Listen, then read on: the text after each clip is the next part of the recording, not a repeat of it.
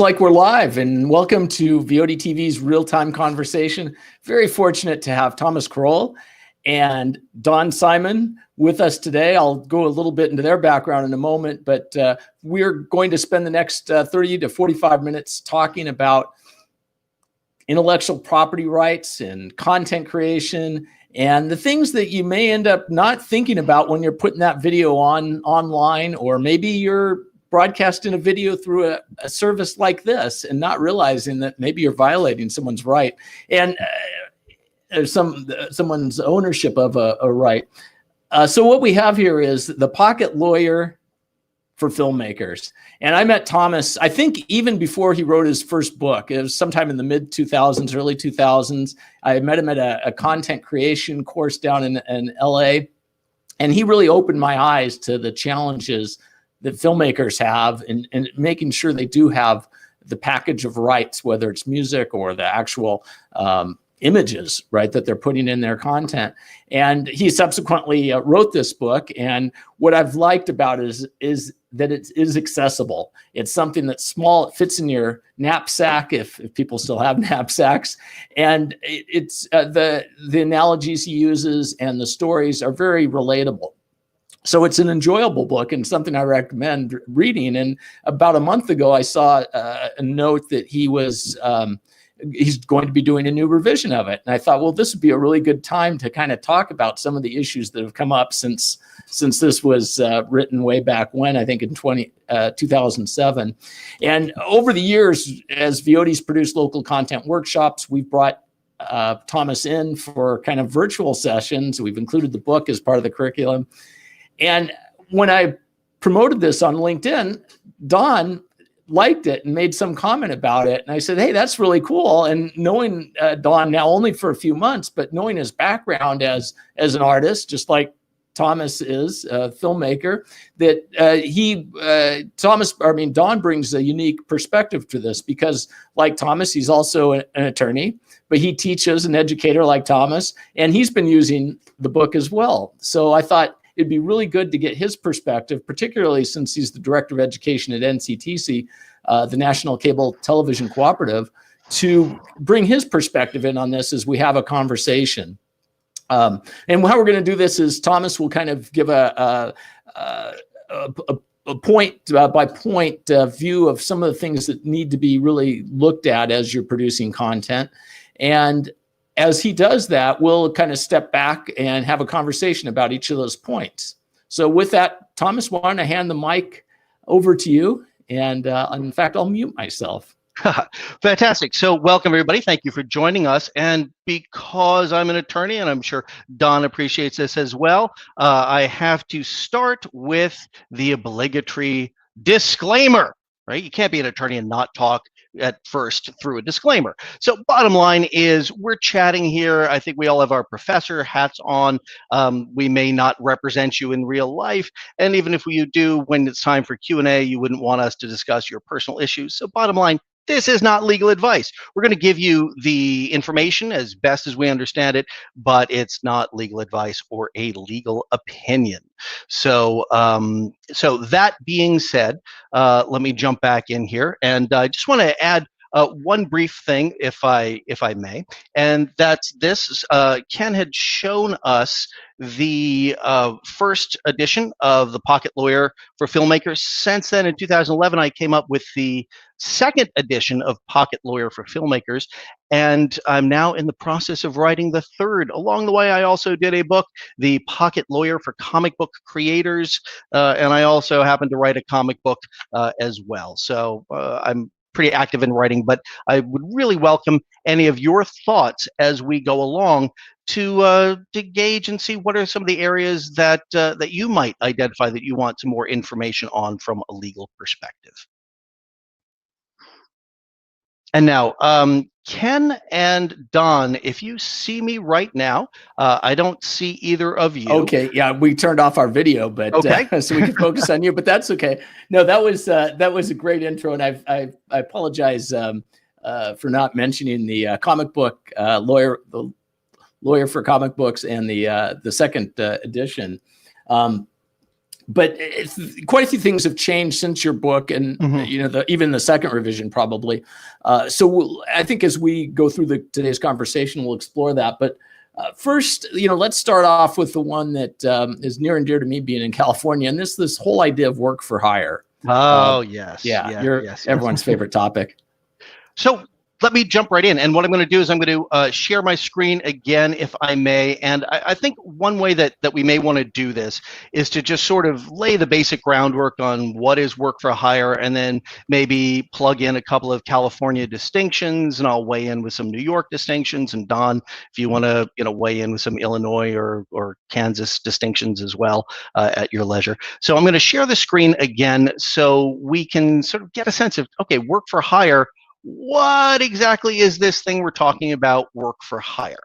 So what work for hire is a way to own a copyright, right? And this kind of sort of begs the question, well, the importance of a copyright. And everything we're going to be talking about today, well, most everything, is going to have its basis in copyright law. So hopefully at some point I can jump in and maybe give a little bit of a groundwork on that. But let me jump into work for hire, because everybody has that on their mind. If something is created as a work for hire, it is owned by the person who hired you to create it.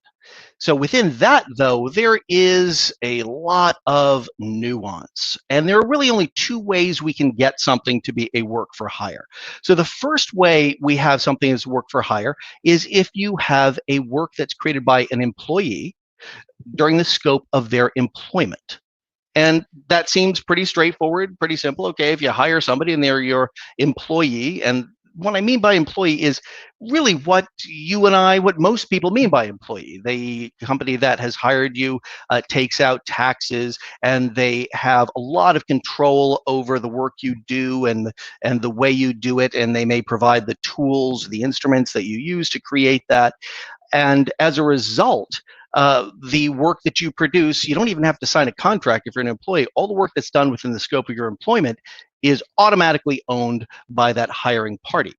But one of the things Thomas, sure. Thomas, can I interrupt you for a second? I'm still just seeing the disclaimer slide. Are you wanting to show something else? Yes, I am, and thank you for pointing that out. Let's. Sorry about that. I knew you were getting ready to shift into high gear. I was. Okay, let's take this again. Thanks for catching that, Don. Yeah, no, I appreciate it. Okay, so let me pivot over here. I'm going to actually just do a rapid fire through the slides. Here we go. All the stuff that all the juicy goodness we can get to later if we have time. What a copyright is, what public domain is, and then finally work for hire. Here we go. How does this look on your end, Don? Looks great. Looks great.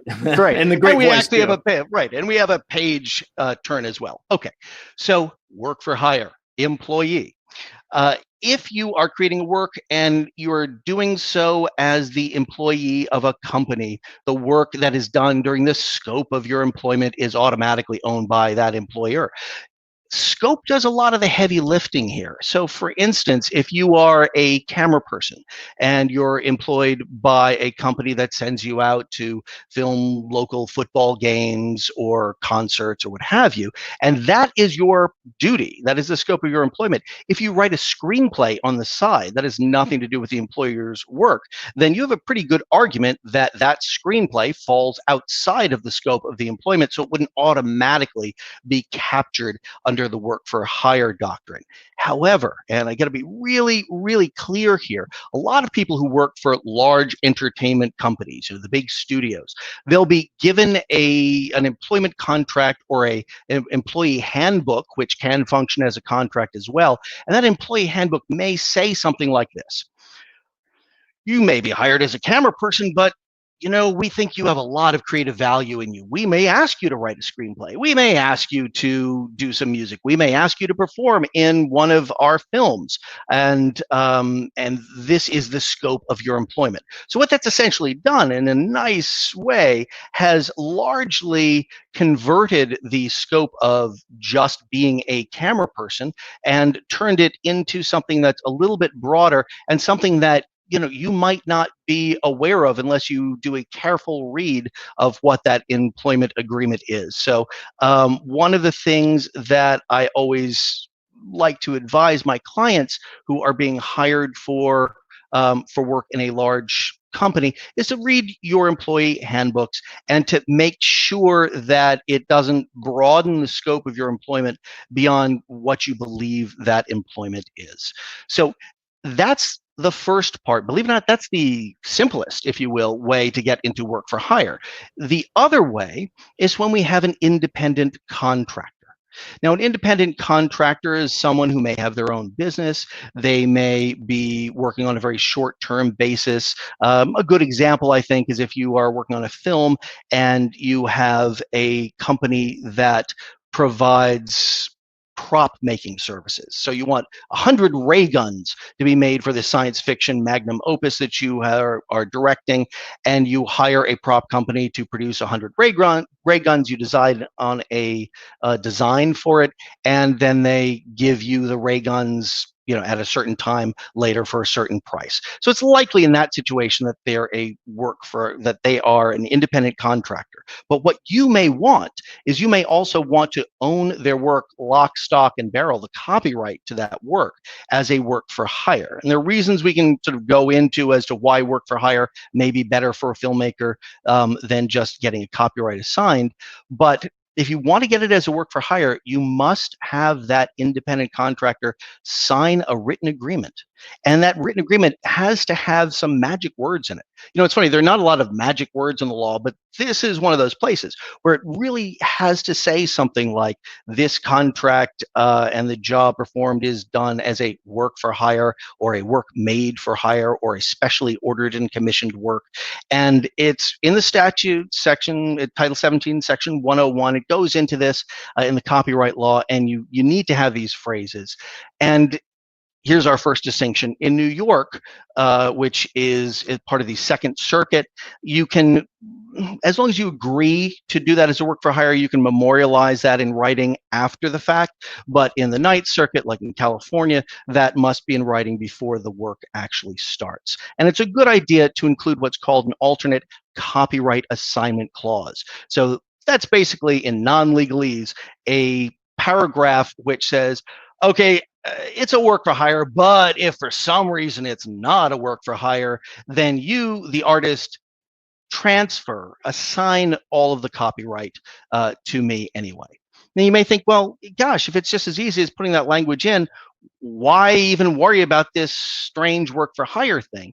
And the answer is that if a copyright is assigned to you as opposed to created as a work for hire, at the end of 35 years from that assignment, it can actually be taken back by the creator under a process known as termination of transfer. And that's despite how many ironclad no backsies clauses you have in your agreement. So work for hire is typically the way that works are produced in the film and TV industry. So I don't know if we're ready for a conversation, but one of the things that struck me was the whole scope of employment. And in today's world where everyone has one of these, here it is, one of these things, and employees are often asked, hey, can you take a photo of this or do that? We need it for our Facebook page or for, YouTube, just do a little 30-second video. And this person doing this may be working in the head end or something in the cable world, for instance, and not really part of their normal scope and probably wouldn't even be in the employee handbook. But is that the type of area where potentially, there could be a risk for an employer as far as actually owning that copyright? So if you're asking an employee to do something as part of their job, whether it's to take a photo of something or write some ad copy, and it's clearly within the scope of the employment, then the employer has but this employee might be, say, in engineering, not really in marketing, right? So it really wouldn't be part of that person's everyday job. It wouldn't be in the scope, I wouldn't think, but in a sense, so it's, I would argue that it is it's ancillary to it if they're an engineer and they're creating something and their employer is saying, hey, can you take a photo for work purposes for this, which is a little different than having the engineer who is working on something as a side project that doesn't fall directly in the scope. So I think the important thing to note about scope of employment is it can expand and contract, and it largely follows traditional contract and agency law, which means that if you and I are working together and you may be a camera person, but I say, hey, look, we're short a sound guy today. Do you mind, since we already got the shots, just running sound on this? You wouldn't automatically be the owner of the copyright in that sound recording, because what you did was part of the job. So to the same extent that that the engineer who's taking a photograph of something, they're doing it pertinent to their job. So it'd be a little different. Let's take your facts and shift it a little bit in a way that makes it less clear, just to get a sense of the polarity here. So if the engineer then, his sole purpose was to come up with a new circuit design or an invention of some sort, and as part of that, he then decided to write a haiku about engineering designs, which is not part of his job description. And then the employer said, you know what, I really like this whole haiku thing. Let's try and do a real creative marketing campaign. So I'm going to use your haiku. There, I think the employee would have a little bit more ability to push back and say, look, creating haikus is not part of my job description, nor is it reasonably sort of ancillary related to that. Yeah. Thomas, I got a follow-up question on this. So, a lot of students I work with are not very sort of savvy when it comes to contracts. And I know a lot of the members of NCTC that do their own original programming hire freelancers to go shoot, football games and other stuff like that. And so kind of carrying a database of contracts around might be difficult. Sure. I've heard sort of some rumblings out there about how like an email exchange can be sufficient to form a contract like this. I guess what I'm asking is what in your mind can constitute a writing for the purposes of a work for hire situation like this? Since it does have to be in writing, what constitutes a writing? Right. So we have laws that say that that an email chain can constitute a contract, right? If when all is taken together, if the intention of the parties is clear there, that could constitute a contract. But for work for hire law, and as you well know, Don, some of this is a level of granularity which can differ from circuit to circuit, what constitutes, a writing or a proper contract. But I will say there are cases which have check endorsements in the back of the check that satisfy a writing for purposes of a work for hire contract and can create a work for hire situation. So since we can turn to emails and say, well, yeah, here's the intent of the parties and they all agreed and there's a signature there.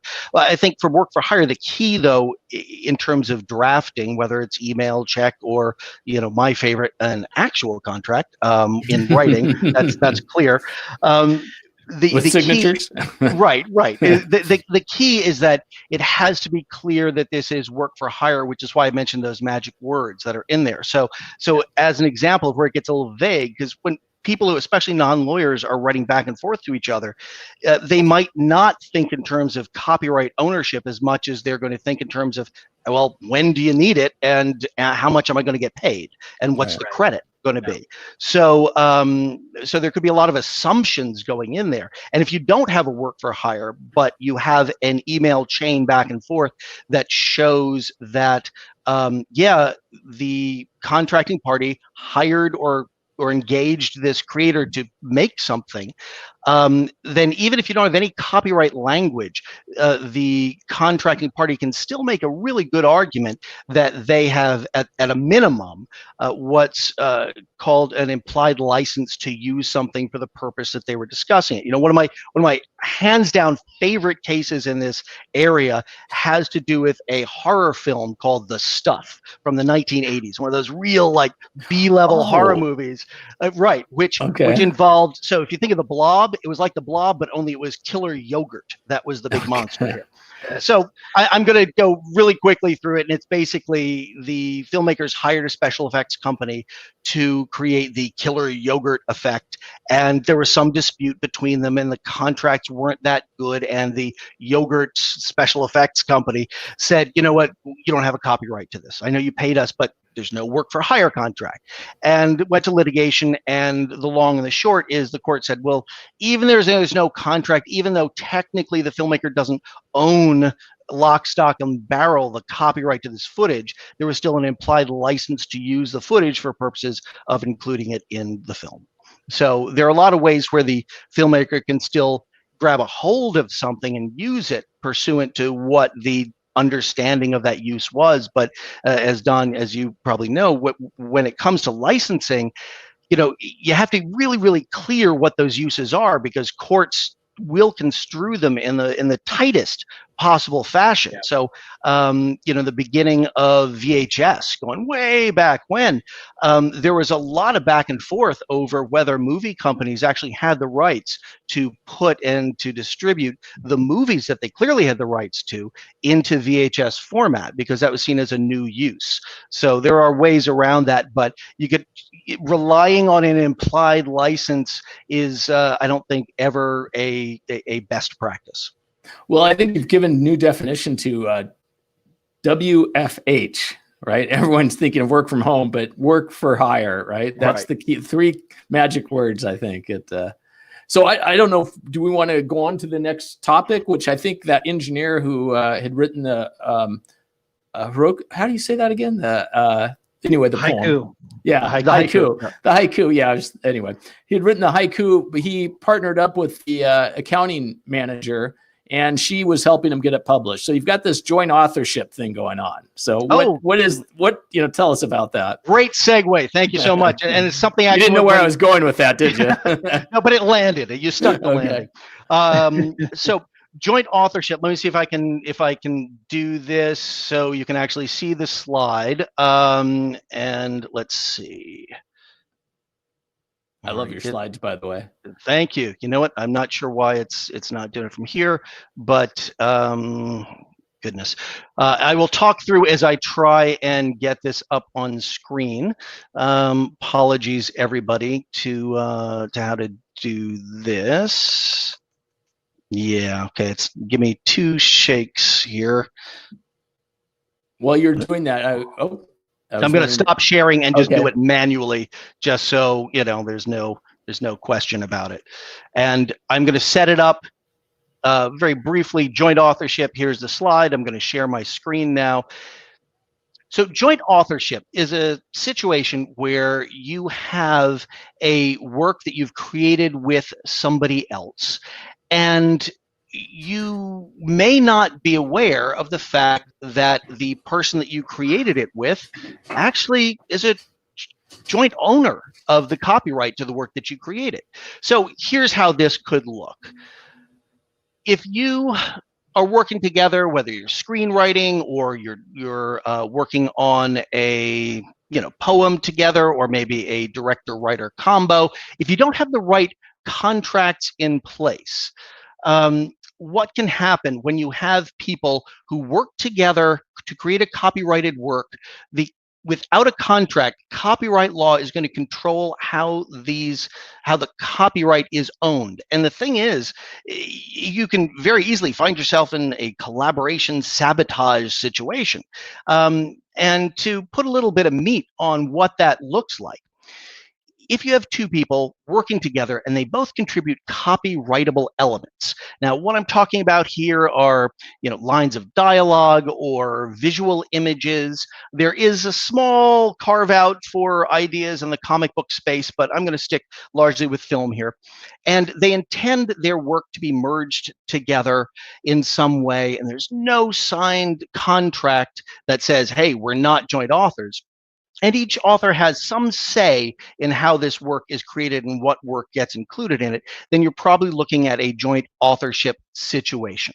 So expressive contribution, merged contributions, no contract to the contrary, and each author has some control over the work. So if you have that, you are now looking at joint authorship. So what does that mean? Again, there's no contract in this hypo.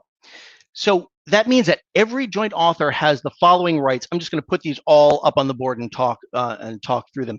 They each equally own the copyright to that work, and this is critical to point out that that is irrespective of how much work either of them did. So if you had somebody who did wrote 100 pages of a screenplay and the other person wrote 10 pages of the screenplay, and if they are joint authors, then they are both share equally in the ownership of the copyright to that screenplay. And the person who did more work doesn't get more money because it's shared equally.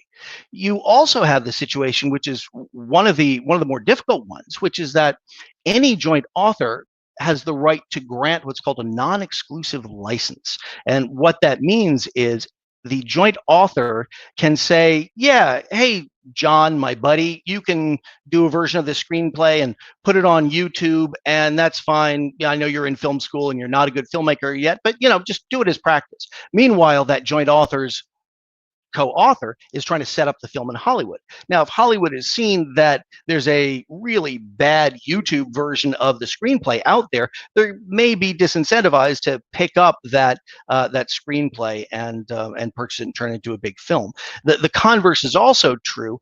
If you created something with somebody and one person wants to sell, the other one doesn't, well, you're kind of out of luck because all of the joint authors have to agree together in order to effectuate any exclusive sale. And that's what a Hollywood studio, that's what a television company is going to need. They're going to need the exclusive rights to turn this into an audiovisual work.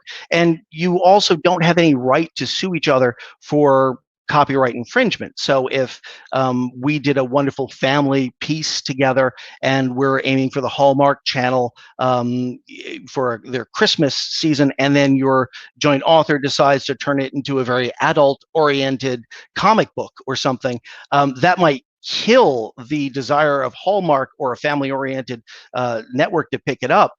And you'd really have no way of stopping your joint author from doing that. So the bottom line here is when you're working with other people and creating copyrightable content together, you either want to make sure that they are working for you, like a work for hire, or if you are truly collaborators and see each other as partners, then make sure you have a written agreement which modifies any of the things that you don't like that we just talked about. And one thing I'd love to sort of toss to Don about too, because I know you and I were chatting about this a little bit earlier, is what happens in film school. Because in film school situations, Don and I both teach in film schools, you have students who largely are unaware of these things and are working together at the behest of the university saying, hey guys, it's film school, everybody create together, share your ideas, you work on my film, I'll work on your film. And from my perspective, and I'm very interested in yours, Don, too, is this creates some joint authorship issues that I think the universities just aren't aware of. And I know certainly the students aren't aware of. Before you answer that, Don, Thomas, do you mind taking off your slide, and then that way everyone will be in full screen again? You got it. Okay. Go ahead, Don. I didn't mean to interrupt. Oh yeah, no, that's fine. Yeah, I would think unless the students happen to take a media law class, or it's talked about in some of their production classes, they really wouldn't have any idea that this potential is out there. And I'm interested too, and it's not been an issue at some of the schools I've taught at, but some schools like to exert like a joint copyright ownership. I know when I wrote my master's thesis, the university I went to, on the cover page, I had to list them as a co-owner of the copyright of my master's thesis. So I don't, those issues, of course they never come up unless there's probably money to be had, right? Usually kind of the threshold. But yeah, I think with a lot of student projects, I think that some of these students might, after they graduate, clean it up, make it a marketable project, try to make it something a little bit more than just a student film project. And you might still have some of those co-authored elements still present in that final version. Right. And I just don't think that they're aware of it. And so with my students, especially, and other people I work with, I always tell them, hey, it's better to think about these things ahead of time than to try to find, the person that you graduated with, see where they're up to these days, and try to get them to sign something later. And it may be a little bit tougher to do that later on. Right. But yeah, you're right. I think students may not be made aware of this unless it just happens to be brought up in one of their production classes, assuming that their professor would know, or if they happen to take some type of media law class while they're that's part of their curriculum, and a lot of schools don't have it as part of a standalone class as part of their curriculum. Yeah. Yeah, it's something I go back and forth. And I'll just button out here and let you talk, Ken. But it's something I go back and forth with a number of the universities where I teach, is the necessity to include media law courses as part of the core curriculum in film schools or in television production, because it's so easy to run afoul. Especially, I know we're going to talk about music rights in a little bit, and that's one of those hot button areas where you can get into a problem. And if you just don't know about it, then you're going to make mistakes. And very often the other professors who aren't attorneys advise things that are just not correct and can be damaging to the students. And I always tell folks that I work with that, especially with copyright, ignorance of the law is not an excuse. All right. It's like I give the analogy of like you're speeding on a street and the cop pulls you over, and of course you feign ignorance, like, oh, I didn't know it was a 35. I thought I could drive 70. Well, maybe that's just me. But the cop's still going to give you the ticket, regardless of whether you knew what the speed limit was or not. And similarly with copyright, it's if there are these violations happening and you're ignorant of them, it's not going to help you that's right. at all. You don't. It's a strict liability tort, which is a fancy way of saying that to commit copyright infringement, all you need to intend is to copy. It doesn't have to be intend to do something that is nefarious or underhanded. You can think that you are in the right when you're doing this, and you could just absolutely be wrong, and you're going to still be held liable, regardless of how good an actor you may have been. Yeah, and it also goes back to that. Well, if I just list the person in the credits, or if I if I don't charge for it, if I don't charge for it, if I just cite to the source or whatever, and that's where you get into. We won't go into it, but that's where you get into an academic discussion of copyright infringement versus plagiarism and the differences there. Right. That's right. But yeah, it's a lot more involved than I think creators, especially when they're just starting out. They're just not aware of.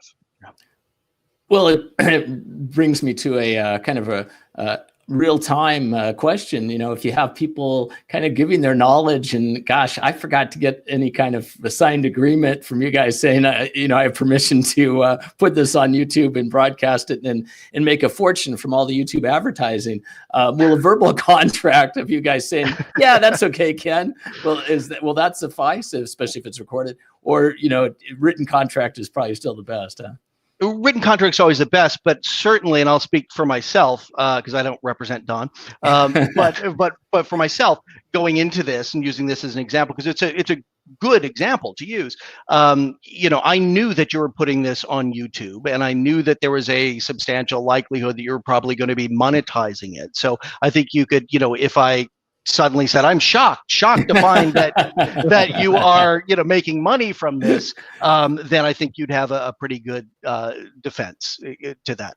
But that being said, it wouldn't be clear that certainly the images that I've posted here, which I've used in other places, and I've not granted any exclusive rights of use over those. So that if you tried to take those images and then put them in a book yourself without coming to me and getting my permission, then that wouldn't be as straightforward as saying, well, I knew it was going to be in YouTube. Yeah. So I think that was a yes. It's okay if I have this on YouTube. Yeah. But while we're on the topic of YouTube, it gets to the whole idea of licensing, right? And licensing, my gosh, it's everything, right? I mean, you've got images to license, you have voice, music, whatever. So maybe we can talk to that for a few minutes. Okay, so let me share my screen again. We'll see if I can do it correctly this time. I'm going to embiggen it, as they say on The Simpsons. You've got such great vocabulary. There was some site you were looking for to translate words that aren't used anymore to current. That's we'll right. have to talk about that later. That's right. Yeah, early 19th century words, because I'm writing a piece that has to do with that takes place in the 19th century, and I just really wanted to get some of the words there. All right, so let's see. So you see my slide now. Yeah. And I noticed you're not using the YouTube logo very strategically. Right. All right. So whoops, we somehow lost it. Okay. One more what time. happened there? Okay. And there it is. Okay. It gets a little funky when I'm trying to share my camera as well. I'm going to do it one more time, and then if that doesn't work, then I'm just going to jump on in and start talking, and I'll have to click back afterwards. So I'm not sure why it's not showing my camera. Yeah, every once in a while it'll have problems with images or something. Okay, so you just have to stare at the slide then at this point. Okay, so the YouTube copyright remedies. Let's start there, and then we can sort of back into that. If you want to use somebody's work on YouTube, yeah, it's simple. You probably want to get their permission to do that, or at least that's a straightforward answer. But YouTube does provide a lot of ways where at least internally, you may not need to reach out directly to somebody. And I keep saying may and internally, and I'll talk about why those qualifications in just a moment. But if you are putting, let's use music, because I want to talk about music a little bit too. So if you're doing a cover song and you want to take a pop song and you want to do your own version of it and pop it on YouTube, and it's a well-known song, then there are two ways that the content creators, the owners of that song, might look at it and might either object to you or to make money from your cover version. So we're going to talk about takedown requests first, because that's the older model. If you put something on YouTube and it contains copyrightable material, whether it's a song or a video image owned by somebody else, they can file a takedown notice and say, hey, get it off YouTube, and you would get a copyright strike. There's an appeals process to this, but if you strike out 3 times, your account's canceled. And this is something I think a lot of YouTubers are familiar with, especially because there's the system is not foolproof, because sometimes people are doing mashups and using things that we would say would fall under fair use, and the copyright owner still posts a strike, and it's not as clean a system perhaps as we would like. However, more recently, or at least recently since the last version of my book, YouTube has come up with a content ID system where material that's owned by somebody, let's say a record company, they might say, you know what, we're fine with it, but we just want to make some money from it as well. So they would be sign up as a YouTube partner, or try to be a YouTube partner. And then if you do a cover song of the song that the publishing company owns, the publishing company would have a choice. They say, well, we can share in the revenue, we can block that video, or we can maybe track the video's viewership statistics and then jump in later and decide what we want to do. But with all of these things, it's important to keep in mind that that it doesn't have much to do with the federal courts where we would bring a claim like this. So these aren't lawsuit remedies in that sense. They're internal remedies that affect your YouTube account. And if you infringe somebody's copyright, even if YouTube's content ID system didn't flag it, even if you never received a notice and takedown, someone could say, well, the heck with the notice and takedown and that route, I'm just going to file suit in federal court and sue you over the misuse of my copyright and sue you for copyright infringement. So it doesn't replace the courts in that sense. But I have to punt a little bit here because I'm still doing some research. I don't know if there's something in when you sign up to be a YouTube partner, if you were waiving the ability to sue, that is giving up the ability to sue in federal court. But I would be surprised, but if that were the case, that you'd abandon a lawsuit remedy. So I know Don has his camera off, but maybe Don, the answer to that. If not, the answer will certainly be in the book.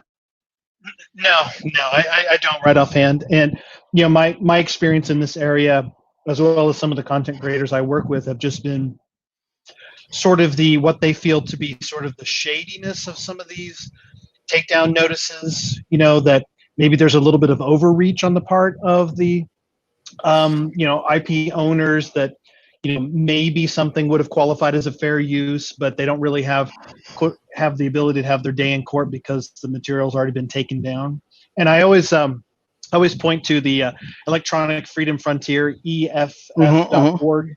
They have that takedown Hall of Shame, where artists on there and have overreached that takedown provision. I think some of this gets into these philosophical discussions about taking things down that might be critical of your work. Like a bad movie review. You're like, well, you're using my content, and so I'm going to kind of misuse the safe harbor provision to take down things that are critical of my work, even though it may very well qualify as a fair use. Because it's satire or something like that. Yeah, well, it's just, like, let's say there's a lot of YouTubers out there that do like album reviews and movie reviews. Okay. And, just normal sort of critique things. And if let's say that they use some of the movie in the review, which they are allowed to do, this person maybe they don't like how they reviewed their movie, and so they say, all right, YouTube, take this down because they're using my copyrighted material. That makes sense. So some of those things just really kind of grind my gears. And so I take a look at that takedown Hall of Shame on Electronic Freedom Frontier. Every once in a while I'll take a look at those because they're enjoyable to see sometimes. Yeah, I'll find that URL and put it up before maybe I'll do it in the recording. Roger Bindle asks, how many people can have rights to music? What he's seen is that YouTube often shows another owner when he's licensed it from a provider that sells the music, and then what happens is YouTube will say, wait a second, this isn't legitimate music or whatever, or that someone else owns it. He's never had a takedown. It's just another distributor kind of saying it's their song. And is it possible to, I guess it could be distributed to multiple sites. The artist who created the song might have distributed it to multiple sites, and I don't know if that's what happened. So let me, my camera is, for some reason, it's not locking on here.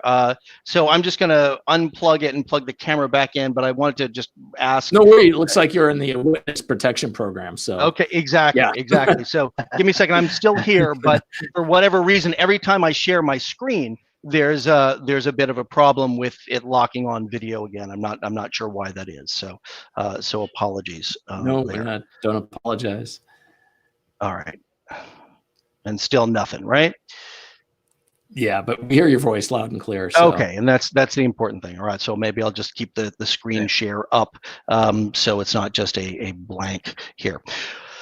So yeah, there is a lot of abuse in the system, or when people are bringing false claims that they own music. And again, we see this a lot too when it comes to something that might better fall under fair use. Because a copyright owner might not believe that it is actually, fair use.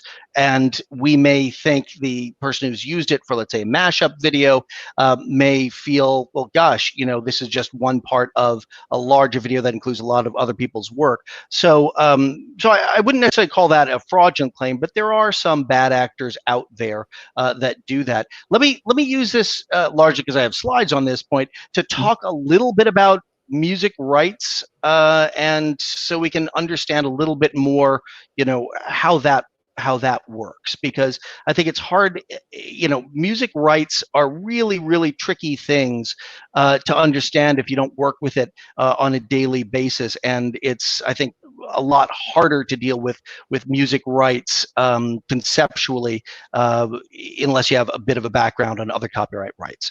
So when you're dealing with the rights to, let's say you want to get a song and you want to include it on YouTube, that song may have has two parts to it. It has the copyright in the musical composition, and that's the notes that you would see on a in a music songbook, and it also has the copyright in the recording itself. So they're two different copyrights, and they're owned usually by two different entities. The copyright in the musical composition is owned by a publishing company or companies, and the copyright to the recording itself is owned by the record company.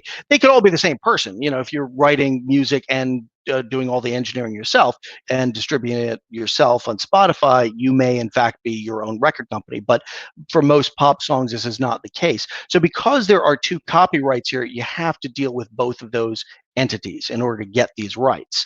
And not only do you have to deal with different entities, but you also have to deal with a number of different rights themselves. So you have to deal with getting a synchronization right from the publisher and a master use right. That's a right to use the recording master from the record company. You need to get performance rights, videogram rights if you're going to press this thing on a DVD, and there's just a host of other rights that you need to get. And your work is largely doubled here because there are two entities that you have to deal with in getting these rights.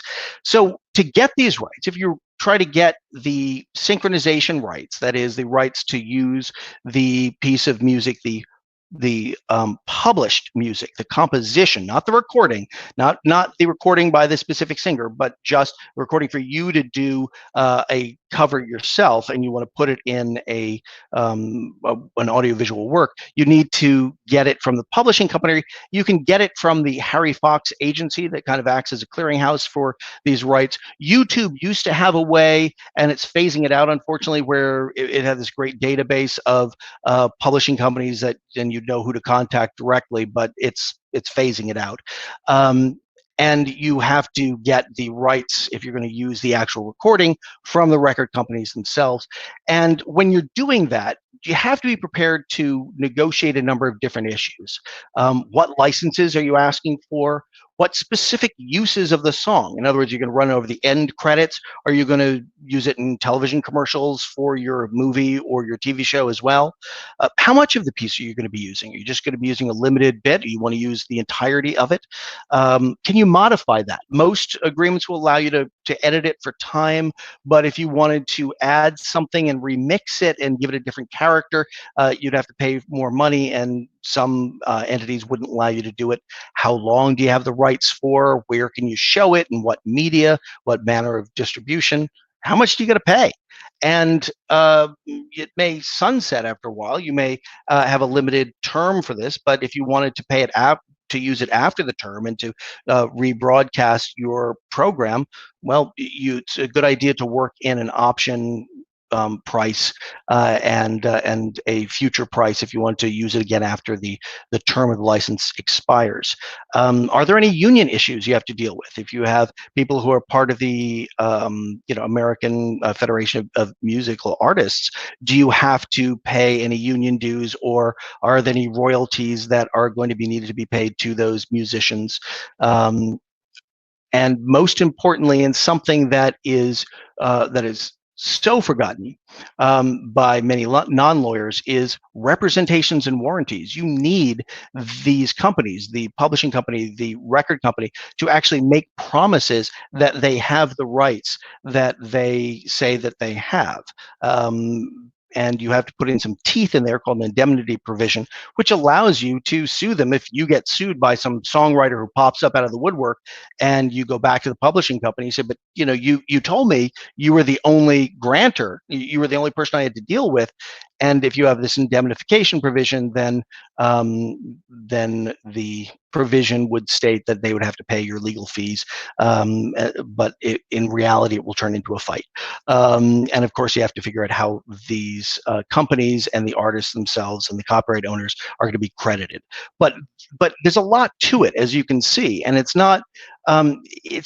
It's one of those types of agreements that you have to understand the distinctions between what those copyrights are, who the owners are, and the types of rights that they can each grant. So it unfortunately can be a rather complex process, especially if you're not used to doing it.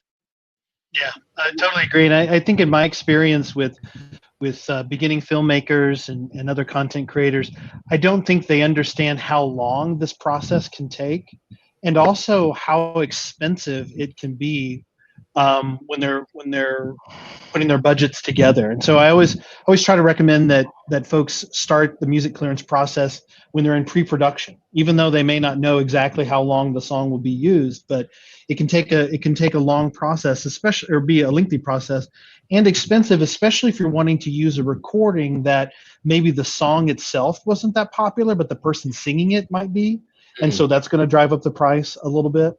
And so I think there's a lot of misconceptions when it comes to music clearance, not only just what is involved, like what you expertly talked about just now, but also how long the process can take, how expensive it can be, and then also all the supporting documentation. I know in my experience, distributors want music cue sheets and all the supporting documentation to show that all the songs have been cleared. And, because if there's a problem, it's not only the filmmaker that's going to be on the hook for it. Potentially everybody who touches that film along the chain, distributors included, are going to be potentially on the hook for it. That's right. One of the things Roger's asking about, and I'm kind of curious myself, you have services, YouTube is an example, but I'm sure some others where they've curated music for you. So presumably they've cleared the rights from the artists, and then you can use it with your videos.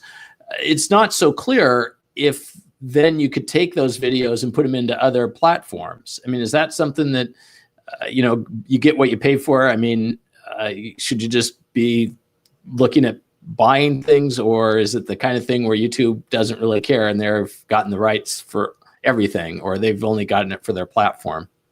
So YouTube, and let me see if I can pull up this slide here, because they do, as Roger pointed out, they do have a number of ways where you can use stock music that they provide. They call it their audio music, their audio library, and I have a little URL to it there. Some of the songs on there require different clearances than others, so it's really a piece by piece issue, and so it's not as easy to answer as a blanket statement of what rights you have to drill down to each individual one. But maybe part of the important point there is it's really important, and I think it gets back to maybe what Don's earlier point of making sure you're documenting what you are doing. So because you're right, as I recall, they have different requirements. The artists can put in their requirements. So it's really important if you, as you're producing this stuff, it seems to be able to have a good record of what you're using and what the rights are. Right, and to Don's point as well, and I was actually surprised to find out that one of the schools where I teach, they didn't really stress the importance of a cue sheet.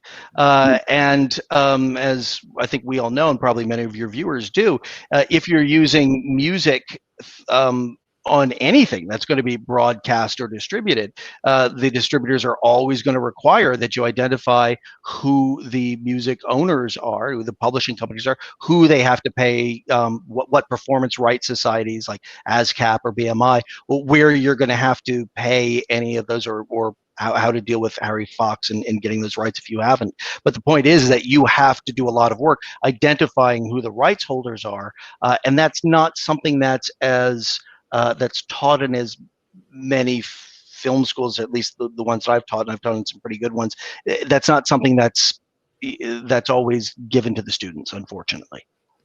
And it could be as simple, I guess, as I mean, it seems to me that this is something that, keeping track of it, like in a spreadsheet or something like that, you could keep track of all the content you're licensing beyond just music, even, right? The interesting thing, the other day I was reading something, Colin Dixon had interviewed this company that is making software that will pull out the music from an old TV show, because I guess a lot of these TV shows from the 80s and 90s, they didn't have clear rights for the music. So now they can't air them on TV. And so they have to go back in and re-edit. And apparently this company has a way of stripping out music and being able to remix it pretty easily with new music or something. Oh, fun. That there's a sort of a more modern example of that, the show Freaks and Geeks.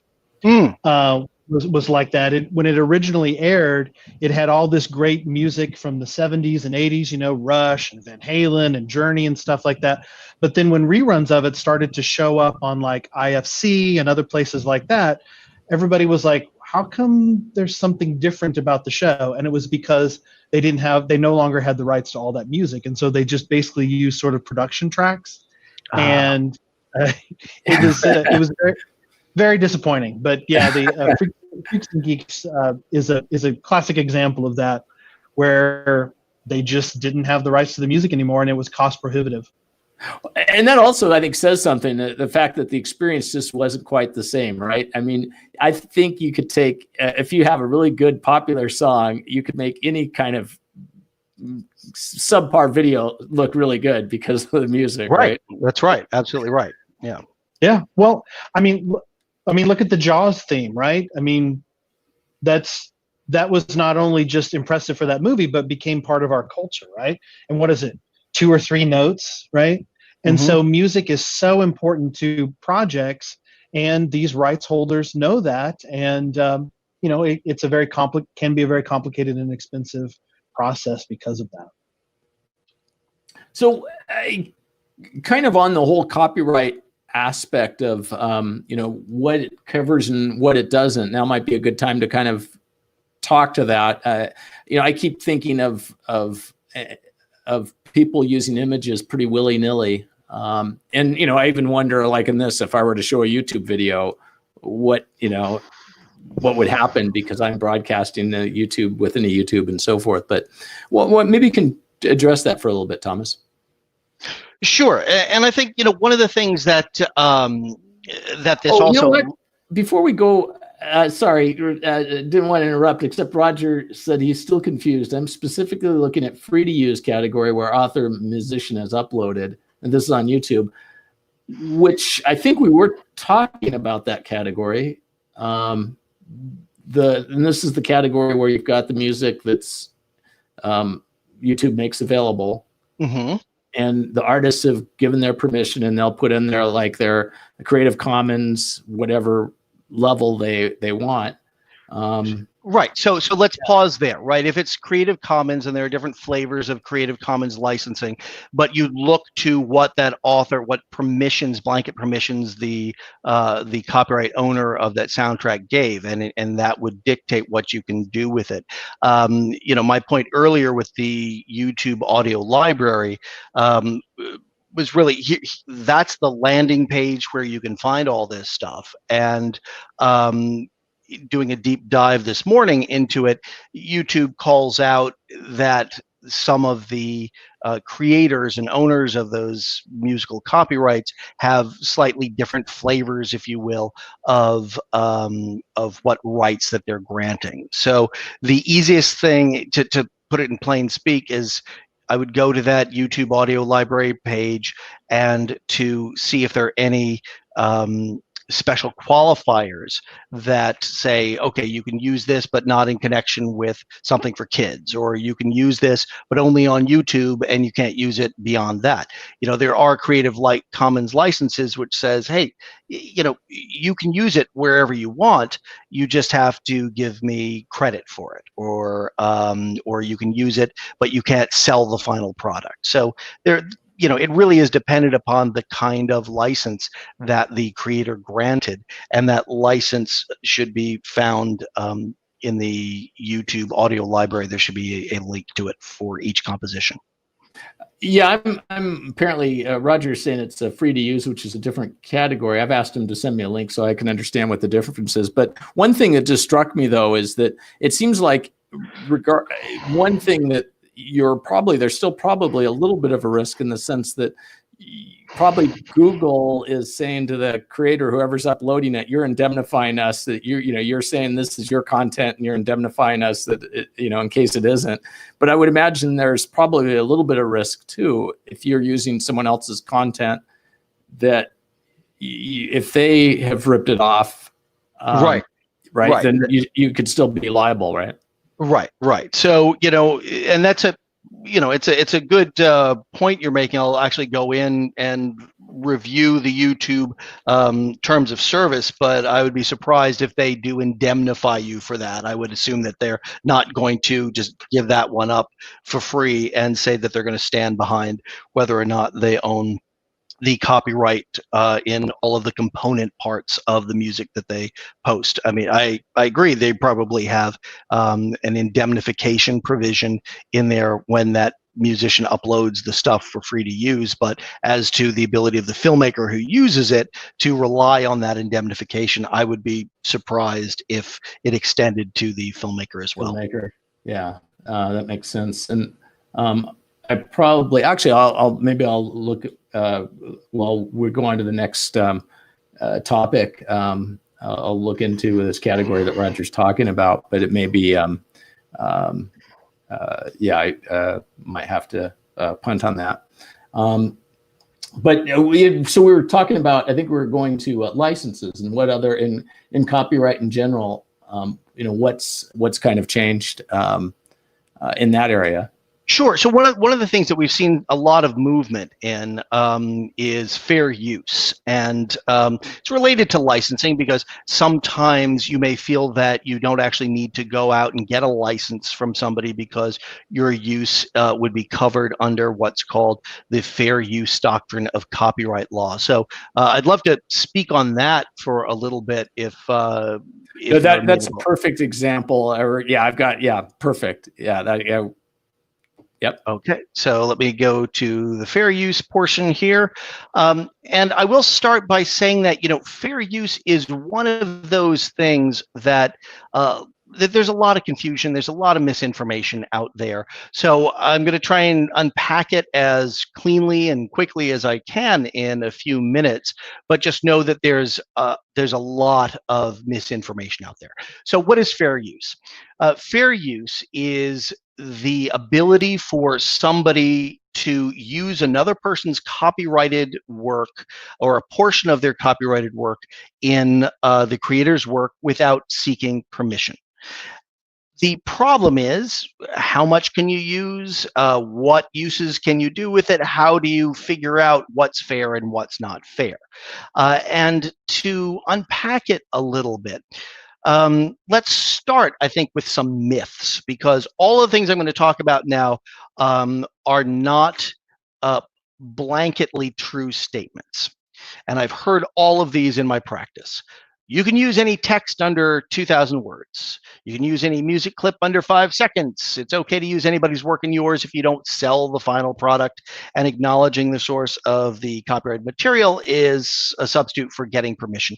So all of these things are wrong. They might be right in a specific situation, and we're going to see in a second how the law actually looks at fair use and analyzes fair use.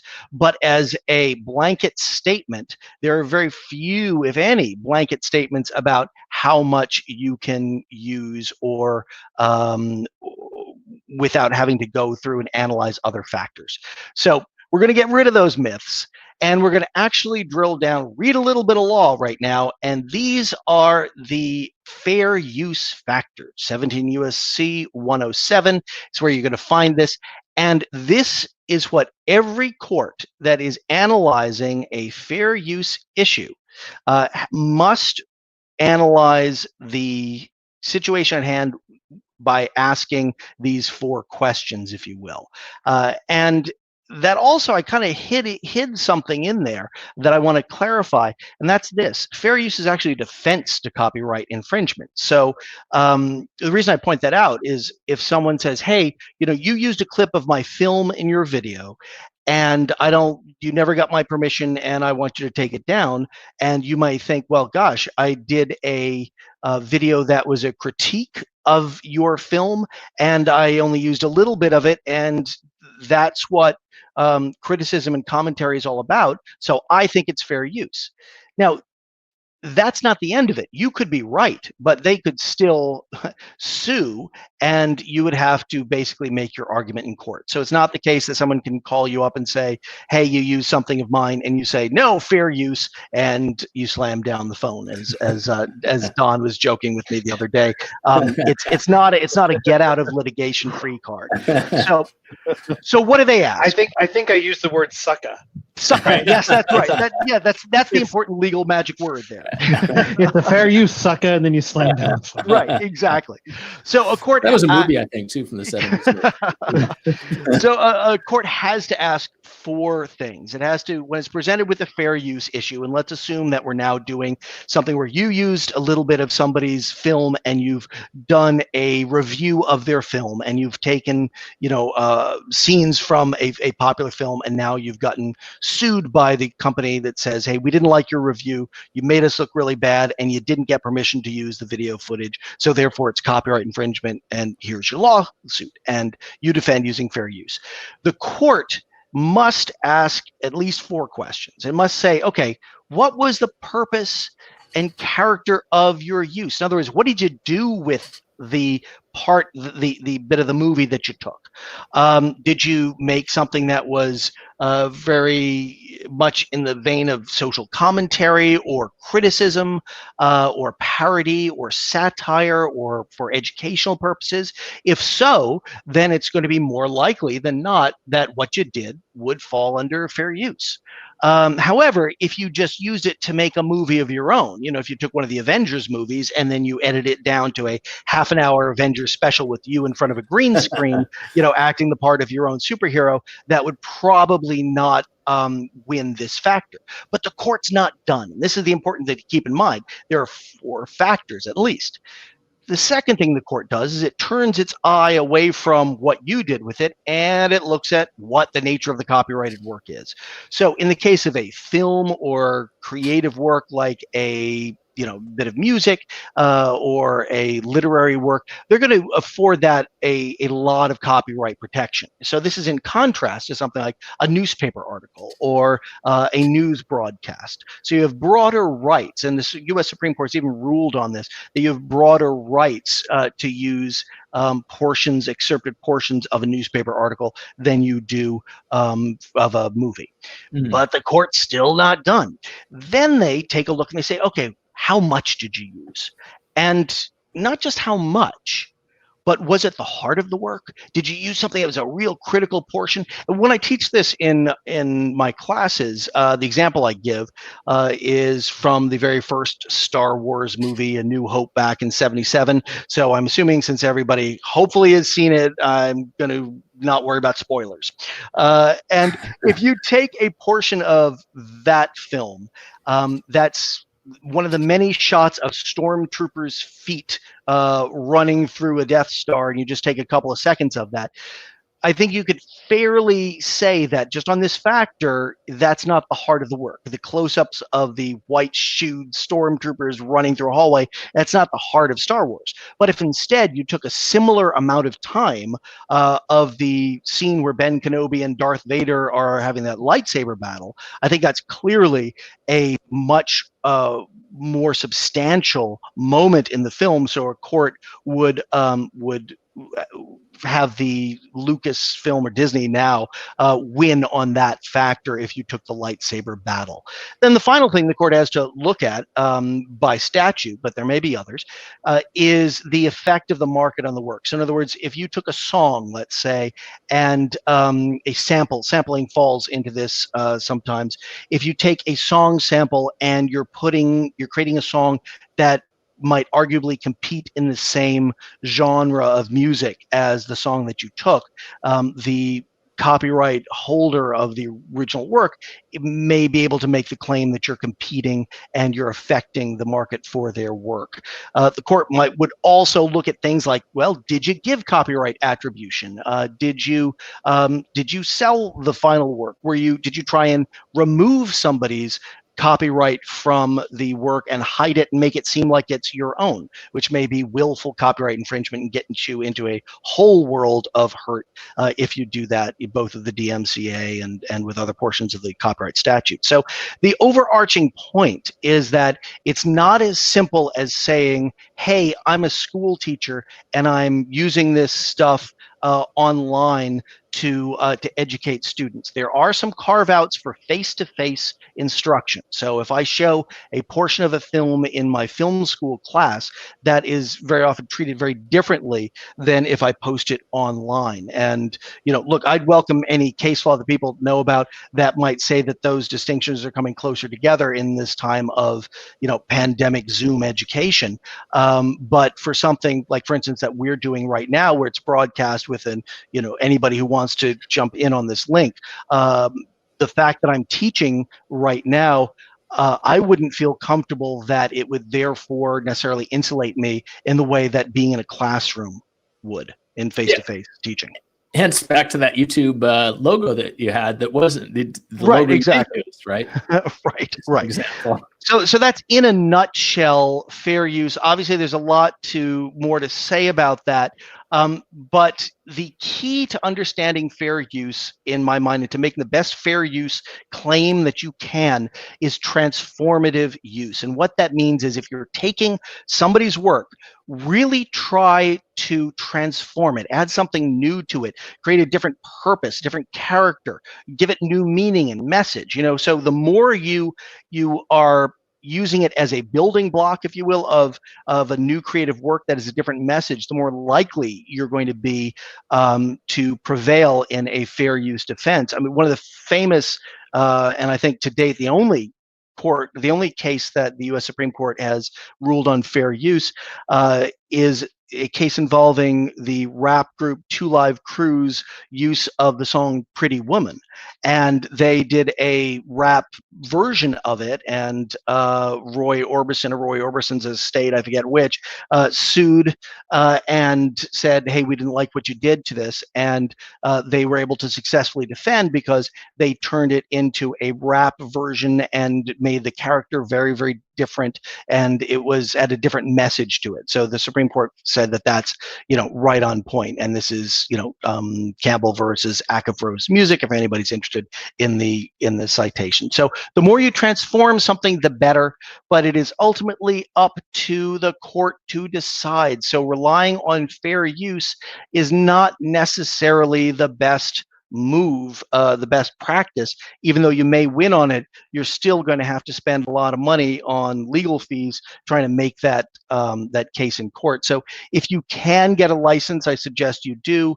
But if you need to rely on fair use, like if you're doing a movie review or something, then it's important to know how a court would analyze fair use, so you can you limit the amount of stuff you take without permission. So that photo I took of a Tesla that I transformed into a rocket ship probably is okay, but I still could have Elon Musk, I suppose, suing me for using his design in my... Right, but you may have a good defense in court that it is fair use. Yeah, so, okay. That's good to know. And that, it seems like that is done all the time. People are grabbing images, right? I mean, that's one of the easiest things to do now with just a snap of your phone or whatever, whether it's grabbing it from a photo or just a screenshot, and it seems like people are using those in all kinds of ways. Yeah, that's right. That's right. And I know I don't want to go too far afield here, especially because I don't have the slides prepped for it, but I think it's important to mention that we've been talking almost entirely about copyright issues. There are also trademark issues that you have to be aware of, specifically if you're showing somebody's trademark work in a manner that might tarnish it, is the term under the law, which is if you show it in a way that would damage the reputation of the manufacturer or cast it in a light that may give the impression that the good or service that's trademarked is somehow not that good. So a good example of this is in the 1970s, and this is before we even called it tarnishment. There was an adult movie that used the Dallas Cowboy cheerleaders uniforms for one of their adult films, and these were trademarked uniforms, and the Dallas Cowboy cheerleaders were able to successfully sue and prevail on the theory of what we would now call trademark tarnishment. So you got to be careful when it's okay to criticize and parody, but to make a statement that brings it into disrepute, in a way and this is true for famous marks, they can bring that claim. Yeah, and this gets into some real sticky issues with authors who do collages. They do collage work where you're pulling in all kinds of elements. And then also I've seen a lot of this with like fan fiction, making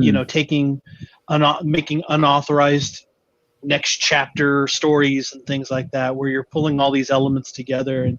And I've seen a lot of this like at some of the Comic-Cons, where, I think a lot of these fans feel like they're just doing it because they're devoted to the universe and they want to expand it and they're super enthusiastic, and they could potentially fall into some legal traps. I love your comic. Which, did you draw that yourself, or is that a work for hire that you commissioned? So it's a work for hire that I commissioned, and it was done by a really wonderful artist, guy named Alan Noriko, who had done some work with DreamWorks and a few other sort of big entities. And he and I worked together to create the illustrations that go in one of my books, The Pocket Lawyer for Comic Book Creators, that I'll jump to right here. So that's another book that I have out. That's the first dedicated legal guide to the comic book and graphic novel industry. And it's just chock-a-block full of cool illustrations that I think simplify some of these more difficult concepts about copyright law. No, that's a great idea. You should think about doing that for your next revision of The Pocket Lawyer for Filmmakers. Although I think you did actually have quite a few illustrations, and you had graphics to illustrate things in that book as well. Heck, I've got it right here. I can take a look. But that was, but yeah, no, I love your illustrations here. Well, no, I guess there weren't that many, but you did have nice little breakaways here with little use kit or examples and stuff. So thank you. And again, that's the first edition. The second edition, that I don't think you have has even more, and the third will probably have even more. Well, and this is probably getting. Oh, I know. I did want to before we close out. Roger had pointed out, and I found it on YouTube, which I guess I could share my screen. There is a category that some artists have that they don't use. Here we go. Let's see. Is my screen sharing now? Yep. Yeah. So, for instance, the silent partner. It says you're free to use the song and monetize your video, as opposed to the others who would have. In fact, they're doing all theirs. Others would have Creative Commons requirements. So that was and you'd ask something before that that I think needs some drilling down into, and that is whether you can use these pieces on other websites. Like, can you take the sound effect from YouTube and put it on TikTok, and just based on and just based upon what I saw there on the screen, that says you're free to use this and to monetize it. For me, that doesn't answer the question. That doesn't, because as we talked about before, license agreements are very carefully and tightly construed. So for me as an attorney, being the most paranoid person in the room usually, it's unclear that I could then take that just based upon that and use it in TikTok. I know, Don, do you have any thoughts on that? I like you would construe that very narrowly and just and not feel that it was a blanket license to do whatever. Yeah. That makes sense. That's how you and I are. Right. Well, and again, it doesn't really probably matter until you start to get millions of views, until you start to make money, right? And then everything falls apart. But it's better, as you guys keep pointing out, is plan for success from the beginning, right? That's right. That's right. And it's cheaper to pay a lawyer to draft a contract than it is to pay a lawyer to litigate and defend you. So it's something to keep in mind. So one quick thing, Thomas, if you go to the left and to share your screen, if you click that, maybe your camera will come back and we'll see you. Let's try this again. That would be nice to say. It doesn't seem to be though. No, and not sure why that is. And I have clicked, and I know this was working because I've been teaching all semester with this. So not sure what's going on. Well, that's too bad. At least we had your face in the beginning. We've had your lovely voice the whole time, and Thank you so much. It's been very helpful for me. And Don, I don't know, before we close out, do you have some closing comments? Any thoughts? Everybody buy this book. Thank you. No, it's really great. And what I like about books like Thomas has written here is that it's really sort of a down to business black letter law, like what we used to say in law school. I mean, it tells the concepts. You're not delving into, I mean, there's some case law, but that's not the big part of it. You know, I mean, nobody wants to know about what happened in some case back in the 1950s or whatever. You boil it down. And so these folks can understand what the issues are and then apply those to their craft and move forward instead of getting bogged down, because, you know, there's no expectation that these filmmakers are going to be little miniature lawyers, right? We want them to be creators, but to understand that there are some of these issues out there and to just pause for a moment when they think there might be an issue and do something about it. Yeah, I tried to very much write the book that I had when I was producing, because I went to NYU film school and I came out and I went right to Hollywood and I started producing and directing and doing stuff. And there was so little out there other than these contract form books that which sort of encourage you to pull a contract out of a book and just write your name on it. And as you and I both know, Don, you know, one contract, it's not necessarily going to work for even a transaction that looks like it's similar. There's a lot of key differences there. So it didn't really train you on how to look at what the key deal points are in the book. So what I like to suggest is that if you do have those contracts that you pulled from online or another, and there are some good contract form books out there, maybe read mine in conjunction with it so you can understand where you should be emphasizing your negotiation and where are the problem aspects for you. But again, nothing's going to replace working with an attorney. And even if you can't afford a lawyer, a lot of places have good volunteer lawyers for the arts programs. I used to run the one in New Jersey, and so I'm a big proponent of working with volunteer lawyers if you can. But there's some good organizations. I'm on the board of directors for the one here in Kansas City. When I was in Chicago, I worked with lawyers for the creative arts. There's a lot of good organizations out there. So, and many good resources. But you're right, using a contracts book and then having your book along with it really helps explain some of these things, because that form book isn't going to tell you what that legalese means. And so you're really putting yourself at a disadvantage if you're using these contracts in your creative business and yet you have no idea what's contained in there.